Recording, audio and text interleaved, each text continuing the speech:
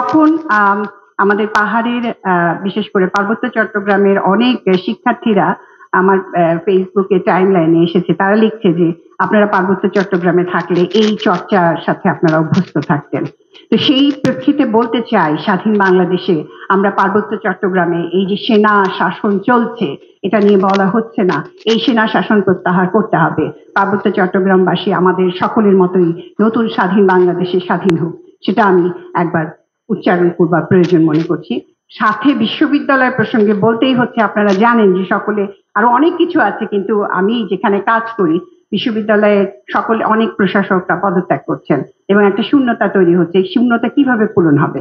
এই শূন্যতা যদি আবার আগের মতো, আমাদের আশঙ্কা যদি আগের মতো কোনো রাজনৈতিক সংগঠন যারা লেজুর ভিত্তি করেন সেই সমস্ত শিক্ষকদের মধ্য থেকে যদি কোনো উপাচার্য নিয়োগ হয়ে যায় কিংবা তাদের ওরকম প্রশাসক নিয়োগ হয়ে যায়, আমাদের আশঙ্কা যে এই সমস্ত চর্চা আগেই ছিল, যেমন ধরেন জাহাঙ্গীরনগর বিশ্ববিদ্যালয় এটাকে বলে র্যাগিং, ঢাকা বিশ্ববিদ্যালয়ে এটাকে বলে হচ্ছে গেস্ট রুম কালচার, কোথাও কোথাও বলে এটাকে ব্যাচ কল, এরকম করে শিক্ষার্থীদের স্বতঃস্ফূর্ততা ধ্বংস করবার জন্য যে চর্চাগুলো গত 15 বছর ধরে বিশ্ববিদ্যালয়গুলোতে চলছিল, সেগুলো আবার ফিরে আসবে এবং এই দখল বাণিজ্য আবার শুরু হবে। এর সাথে ড্রাগ র্যাকেটের সম্পর্ক আছে, ফলে এগুলোর সাথে টাকা পয়সার সম্পর্ক আছে।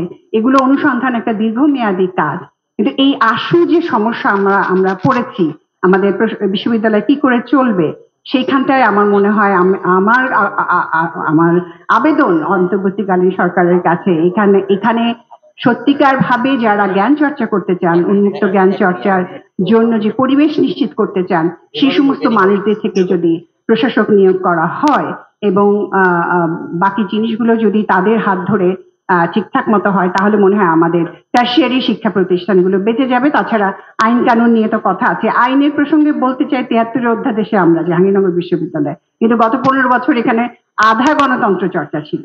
কিছু কিছু গণতান্ত্রিক প্রতিষ্ঠান কাজ করেছে, বেশিরভাগ ক্ষেত্রে কাজ করেনি। তার মধ্যে অন্যতম হচ্ছে আমাদের শিক্ষার্থীদের প্রতিনিধি নির্বাচনের কোনো ব্যবস্থা ছিল না, বন্ধ ছিল। জাকসু নির্বাচন কিন্তু আমরা দীর্ঘদিন পাইনি, প্রায় সম্ভবত 90s এর দিকে শেষ জাকসু নির্বাচন হয়েছে জাহাঙ্গীরনগর বিশ্ববিদ্যালয়ে। সুতরাং এই জায়গাগুলোতে আশু মনোযোগ প্রয়োজন বলে বলছি। ধন্যবাদ।